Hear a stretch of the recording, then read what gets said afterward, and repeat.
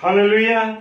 परमेश्वर का धन्यवाद हो। और कुछ नेट में प्रॉब्लम थी, इस कारण से मैं लाइव नहीं हो पा रहा था, लेकिन परमेश्वर का मैं धन्यवाद देता हूं कि परमेश्वर ने अवसर दिया कि एक बार फिर से परमेश्वर की संगति में होते हुए हम परमेश्वर के वचन को अपने प्रिय भाई बहनों के साथ शेयर कर सके। हालेलुया। और मैं महान पिता परमेश्वर का धन्यवाद देता हूं कि उसने हम सब भाई बहनों को अब तक संभाला है और अपने अनुग्रह में रखा और ये अवसर दिया है कि हम उसके वचन पर मनन करें। हालेलुया। क्या आप खुश हैं? और मैं विश्वास करता हूं और धन्यवाद देता हूं परमेश्वर का कि परमेश्वर ने हम सबों को, हालेलुया, हम सबों को अब तक सलामती के साथ रखा है। और परमेश्वर चाहते हैं कि वचन की रोटी को हम मिलके तोड़ने वाले बन सके। Praise the Lord. हालेलुया। तो आइए प्रार्थना करेंगे। सर्वशक्तिमान पिता परमेश्वर धन्यवाद देते हैं प्रभु आपके प्यार, दया, करुणा, आशीष, बरकतों के लिए, और धन्यवाद देते हैं पिता परमेश्वर तेरे वचन को की रोटी को तोड़ने के लिए हम तैयार हैं और अपने सारे प्यारे भाई बहनों को आमंत्रित करते हैं प्रभु क्या हम जब तेरे वचन की रोटी को तोड़ते हैं तो प्रभु आनंदित होकर उसे खाने वाले बन सके। सारे भाई बहनों को जो ऑनलाइन है परमेश्वर के हाथों में सौंपता हूं, एक चित्त एक मन होकर के परमेश्वर के वचन पर मनन करने वाले बन सके। यीशु मसीह के नाम से इस प्रार्थना को मांग लेते हैं। आमीन, आमीन और आमीन। Praise the Lord.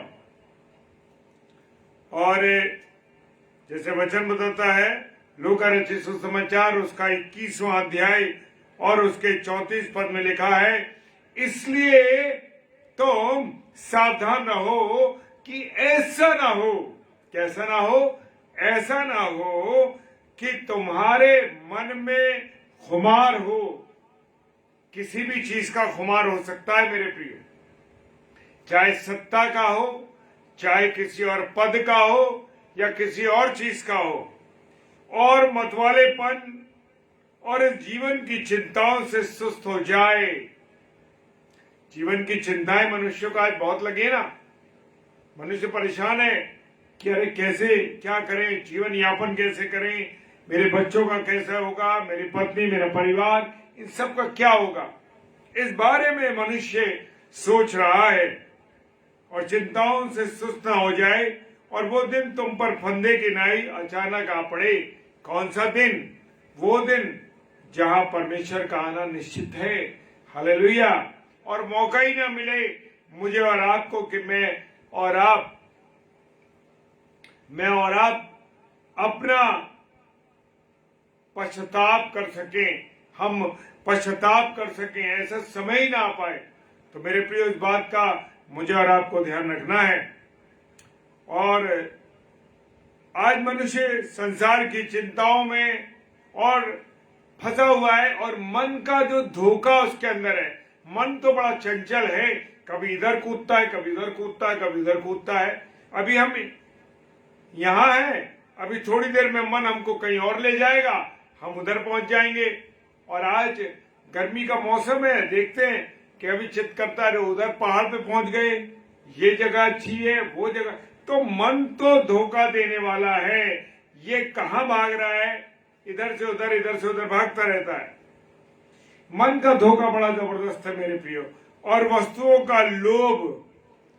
का लोभ उनमें समाकर लोगों के अंदर, आज लोगों में बड़ा लालच है मेरे प्रियो। और वो जो वचन हम सुनते हैं, थोड़ी देर तो सुना, चर्च में पहुंचे, वचन सुना, मीटिंग में रहे, और उसके बाद मन विचलित हुआ और चले गए, और वो सारा कुछ दब गया और सब कुछ निष्फल रह जाता है, उसका कोई फल नहीं आता। हालेलुया। और अगर मनुष्य ये सोचने लगे, अगर ये नौकर ये सोचने लगे या दास ये सोचने लगे कि अरे मेरा स्वामी तो बड़ी देर में आएगा, उसके आने में देर है, अरे देख लेंगे जैसा होगा, और वो अपने दास और दासियों के साथ बुरा व्यवहार करने लगे, तो समझ लीजिए खाने पीने लगे, पियक्कड़ हो जाए, तो मेरे प्रियो समझ लेना कि उसका जीवन नरकीय जीवन जी रहा है, वो नरक में जा रहा है। मेरे प्रियो, जो चोर हैं वो खासकर पैसे के चोर, रिश्वतखोर, जो कि पैसा खाते हैं, जो चोर हैं। अब चोर भी कई प्रकार के हैं।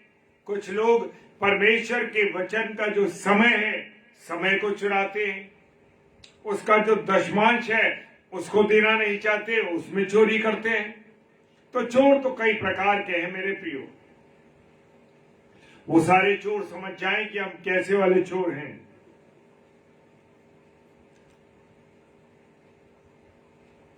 जो लोग पियक्कड़ हैं, शराबी हैं, आज बहुत से पासबान लोग, बहुत से ऐसे लोग भी पियक्कड़ हैं, शराबी हैं मेरे प्रियो। ऊपर से तो दिखाते हैं कि हम बड़े अच्छे हैं, बड़े शुद्ध हैं, सिगरेट पी रहे, शराब पी रहे, गुटखे खा रहे, तंबाकू खा रहे हैं, तमाम तरीके की गलत काम कर रहे हैं, पियक्कड़ हैं। गाली देने वाला, बहुत से प्रचारकों को, बहुत से सेवकों को, और आम मसीहों की बात कर रहा हूं मैं, जो मसीह लोग हैं, पल पल पे मां बहन की गंदी गंदी गालियां बकते हैं। लिखा है गाली देने वाला और दूसरों पर अंधेर करने वाला। ध्यान कर लीजिए, जो लोग अंधेर करते हैं, जो लोग दूसरों का हक मारना चाहते हैं, दूसरों पर दबाव डालते हैं, वो लोग परमेश्वर के राज्य के वारिस नहीं हैं। प्रकाशित वाक्य कह रहा है 22 अध्याय उसका 8 पद, 21 अध्याय उसका 8 पद कहता है, पियक्कड़, झूठ के चाहने वाले। झूठ के चाहने वाले कौन हैं? जो सीरियल देखते हैं, जो पिक्चर देखते हैं, जो नाटक देखते हैं। ये सब झूठ तो है। ये सब कहां चल रहा है? पर्दे पे जो कुछ भी चल रहा है मेरे प्रियो, वो सब झूठ है, और हम रोते हैं उसे देख के, परेशान हो जाते हैं, विचलित हो जाते हैं। ऐसे लोग समझ लीजिए वो परमेश्वर के राज्य के वारिस नहीं है, वो नरक में जाने के लिए 100% तैयार रहे। होशे नबी की पुस्तक उसका 4 अध्याय 11 पद कहता है, वेश्यागमन करने वाले, जो लोग वेश्यागमन करते हैं, वेश्यावृत्ति करते हैं, दाख मधु, शराब पीने वाले, दाख मधु और ताजा दाख मधु, ये तीनों बुद्धि को क्या कर देते हैं? भ्रष्ट कर देते हैं। वेश्यागमन करने वाले, दाख मधु पीने वाले और ताजा दाख मधु पीने वाले, ये तीनों। मैं अपनी मर्जी से कुछ नहीं कह रहा हूं। होशे नबी की पुस्तक उसका 4 अध्याय 11 पद कह रहा है। मेरे प्रियो, हम देखते हैं कि वचन का बीज बोया जाता है और कुछ झाड़ियों में जो वचन सुना गया, झाड़ियों ने उसको दबा दिया, और वचन को सुनने के बाद संसार की चिंताओं में, मन के धोखे के कारण वचन उनके काम नहीं करता और उनका जीवन बर्बाद हो जाता है। और लेवावस्था की पुस्तक उसका 10 अध्याय 9 पद कहता है, परमेश्वर ने कहा, जब जब तू व तेरे पुत्र मिलाप वाले तंबू में आए, तब तब तुम में से कोई दाख मधु ना पिए। ये चर्च में जो सेवा कर रहे हैं, जो प्रभु के वचन का सुसमाचार फैला रहे हैं, उन लोगों के लिए है। व्यवस्था में लिखा है 10 अध्याय 9 पद कि जब जब तू या तेरा पुत्र मिलाप वाले तंबू में आए, तब तुम में से कोई दाख मधु ना पिया हो, और न किसी प्रकार का मद, जैसे गुटखा, तंबाकू, सिगरेट जो पीते हैं।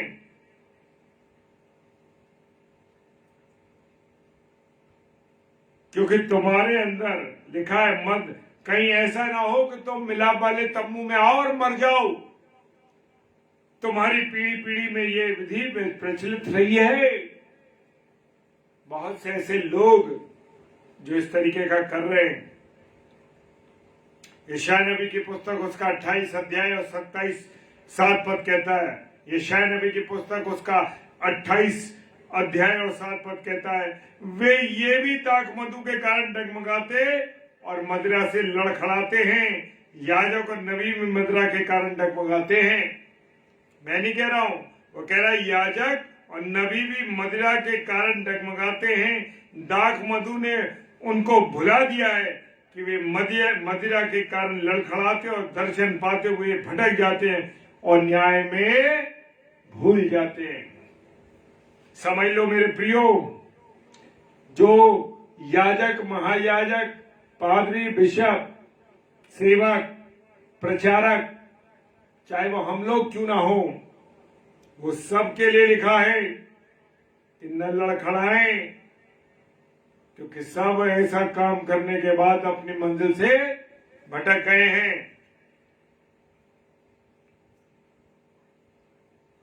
और याद रखो कि तुम सोचते भी नहीं, प्रभु यीशु मसीह कह रहा तुम सोचते भी नहीं हो। तुम जिस घड़ी सोचते भी नहीं हो, तुम्हारे मन में विचार नहीं आता, उस घड़ी परमेश्वर का घड़ी मनुष्य का पुत्र आ जाएगा न्याय के लिए। मेरे और आपके पास पश्चाताप का कोई समय ना होगा। समय है अपने आप को परमेश्वर के सम्मुख रख दे मेरे प्रियो। पहला कुरिन्थियों 5:11 कहता है, मेरा ये कहना है, पौलुस कहते हैं, मेरा ये कहना है कि यदि वो कोई भाई कहलाकर, आज हम देखते ना बहुत से लोग अविश्वास के भाई बहन कहते मैं, तुम मेरी बहन हो, तुम मेरे भाई हो, और गलत संबंध है उनके। कोई भाई कहलाता है, कहलाकर व्यभिचारी या लोभी या मूर्ति पूजक या गाली देने वाला या पियक्कड़ या अंधेर करने वाला, उसकी संगति मत करना। किसकी संगति मत करना? इन सब लोगों की। पहला कुरिन्थियों 5:11 कह रहा है, इनकी संगति मत करना, वरन ऐसे मनुष्य के साथ खाना भी न खाना। कितना जबरदस्त इंस्ट्रक्शन दिया गया है। लेकिन आज हमारे घरों में हमारे सेवकों के द्वारा क्या किया जा रहा है? उन्हीं के साथ संबंध बनाए जा रहे हैं। हालेलुया।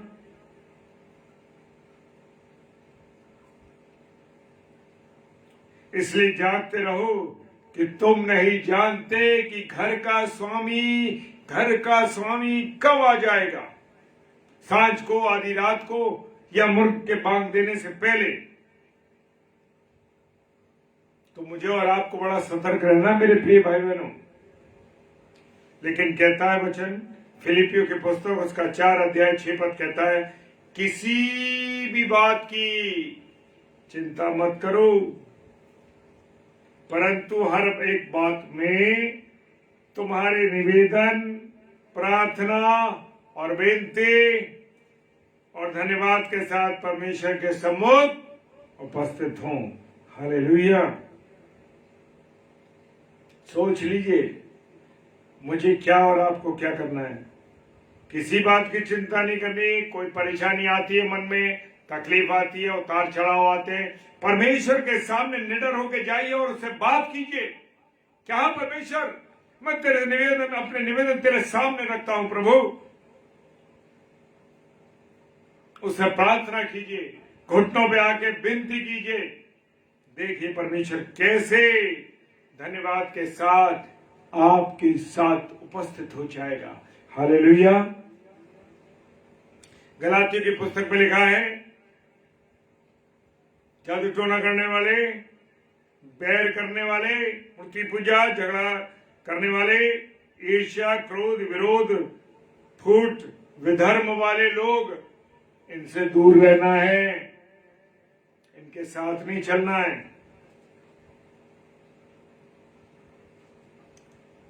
प्रभु ने कहा, मार्था और मरियम दोनों प्रचार सुन रही थी। मार्था जो थी वो मरियम उसके चरणों में बैठी थी और मार्था खाना वाने का इंतजाम कर रही थी परमेश्वर का। और प्रभु ने उत्तर दिया, हे मार्था, हे मार्था। तो बहुत बातों की चिंता और घबराती है। आज मनुष्य घबरा रहा है। क्यों? क्योंकि आप, मरियम ने तो प्रभु के चरणों में बैठी थी, उस उत्तम भाग को चुन लिया था, लेकिन मार्था सांसारिक भोजन की तैयारी में लगी थी, संसार के कार्यों में लगी थी। इसलिए मेरे प्रियो, इसलिए वो, उसके मन में चिंता थी, घबराहट थी। आज मनुष्य क्यों फंसा हुआ है? यही कारण। चोर कब आता है? रात्रि को आता है, जब सन्नाटा होता है, खाली होता है। वैसे ही मेरे प्रियो, प्रभु का दिन आने वाला है, और प्रभु के दिन में अगर मैं और आप तैयार नहीं हो तो समझ लीजिए कहानी खत्म है। हालेलुया। ध्यान से देखते रहो, कहीं ऐसा ना हो कि परमेश्वर का अनुग्रह आपको और मुझे ना मिले, उससे हम रह जाएं। कोई कड़वी झूठ, चोर, पाप, विरोध, घूसखोरी, तमाम पैसे चोरी, व्यभिचार, विधर्म, क्रोध, इससे बहुत से लोग अशुद्ध हो गए हैं और परमेश्वर की आशीषों से क्या हो गए? वंचित हो गए। परमेश्वर की आशीषों से वंचित हो गए। हालेलुया।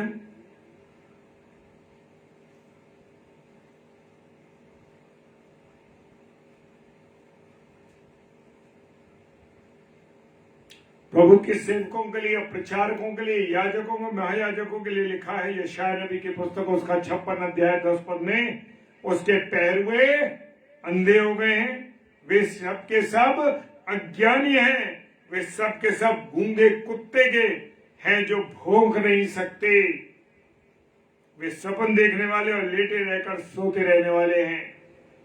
यशायाह नबी की पुस्तक उसका 56 अध्याय और 10 पद बड़े खुले शब्दों में कहता है।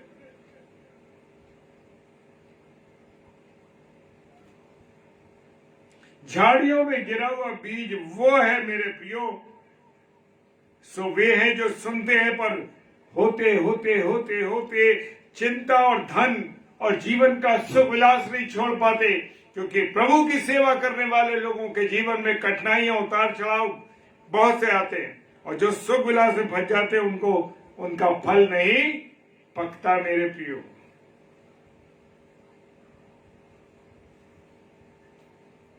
प्रभु ने शिक्षा कैसे दी?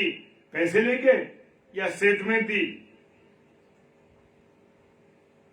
रेवलेशन की पुस्तक उसका 3 अध्याय 3 पद कहता है, सो चेत कर, कि तू चेत कर यानी तू ध्यान कर, अचेतन मत हो, चेत। तूने किस रीति से शिक्षा प्राप्त की है, सुनी थी और उसमें बना रहे और मन फिरा, यदि जागृत न रहा तो चोर की नाई आऊंगा मैं, यीशु मसीह कह रहा है, और तू कदापि जान ना सकेगा किस घड़ी में आऊंगा। हालेलुया। तो मुझे और आपको सतर्क रहना है, प्रायश्चित करना है और उसके अनुसार हमें चलना है। हालेलुया।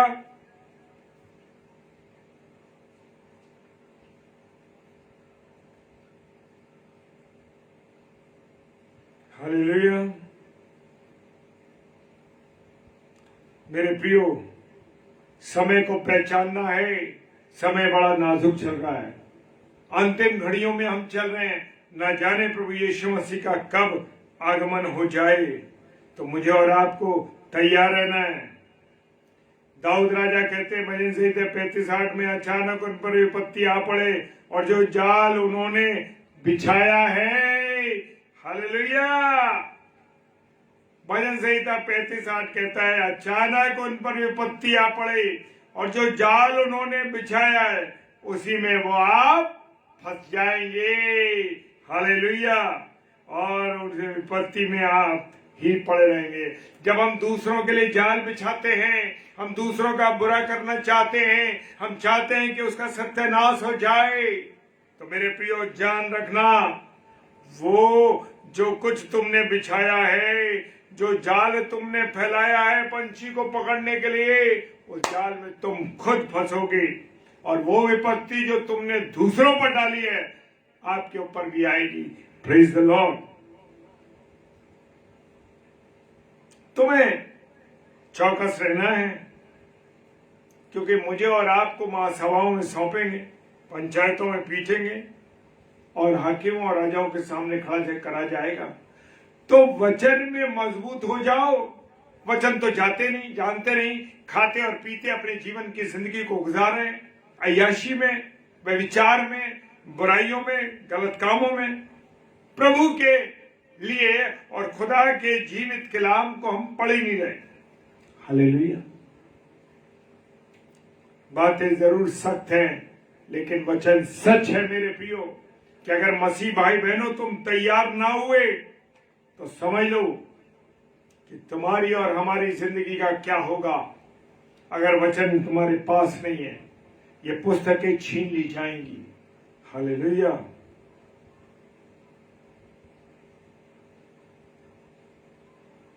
हालेलुया। परंतु प्रभु का दिन किसके समान आएगा? चोर की नाई आएगा। उस दिन आकाश में बड़ी हड़हड़ाहट होगी। अभी बीच में बड़ा मौसम काला हो गया था, घबरा गए, अरे शायद आखिरी दिन आ गया, ये होने जा रहा है, वो नहीं। लेकिन मेरे प्रियो, उस समय लिखा है पिघल जाएंगे, तत्व पिघल जाएंगे और पृथ्वी पर जल फैल जाएगा। ऐसा हो जाएगा। नीति वचन 21 अध्याय 4 पद कहता है, घमंड से चढ़ी आंखें, घमंडी मन और दुष्टों की खेती तीनों पाप में हैं। कैसे हैं? पाप में हैं। हालेलुया। मेरे प्रियो, समय है, किसी भी दिन अंतिम घड़ी आ सकती है। यानी पहले जल पर ले आया था और जब तक उन्हें बहा के ना ले गया तब तक उन्हें मालूम नहीं पड़ा। शादी ब्याह, विचार, गंदे काम, इनमें लुचपन में लगे रहे, लेकिन अचानक बाढ़ आई और सब कुछ बह गया और संसार खत्म हो गया। जो परमेश्वर के चुनिंदा 8 लोग थे वो बचे।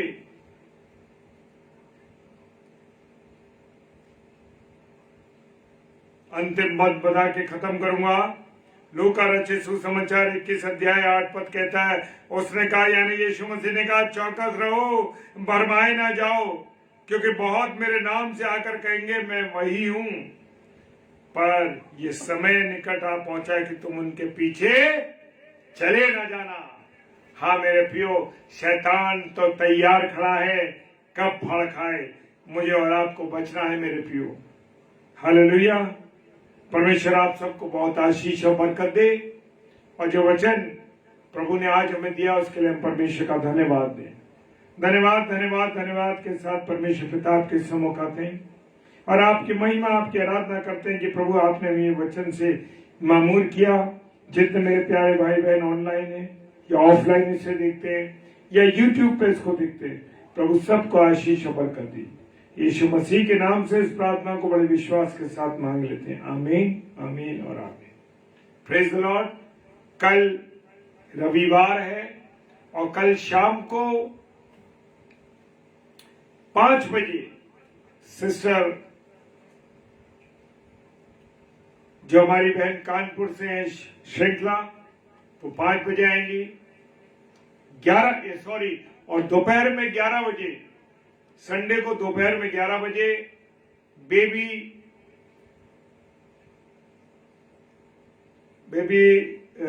एलिसा अब्राहम प्रभु के वचन को लेके आएंगे। सुबह 11 बजे, शाम को 5 बजे सिस्टर श्रृंखला, शाम को 6 बजे सिस्टर अरुणा पीटर जो कि बैतूल से हमारी बहन है, और 7 से 8 बेबी सारा जॉन जो आगरा की है, और रात को 10 से 10:30 बजे डेली डिवोशन में हम फिर मिलेंगे प्रभु के वचन के साथ। Praise the Lord. जय मसीह की। आप सबों को बहुत प्रभु आशीष और बरकत दे और अपने अनुग्रह में रखे। जय मसीह की। हालेलुया।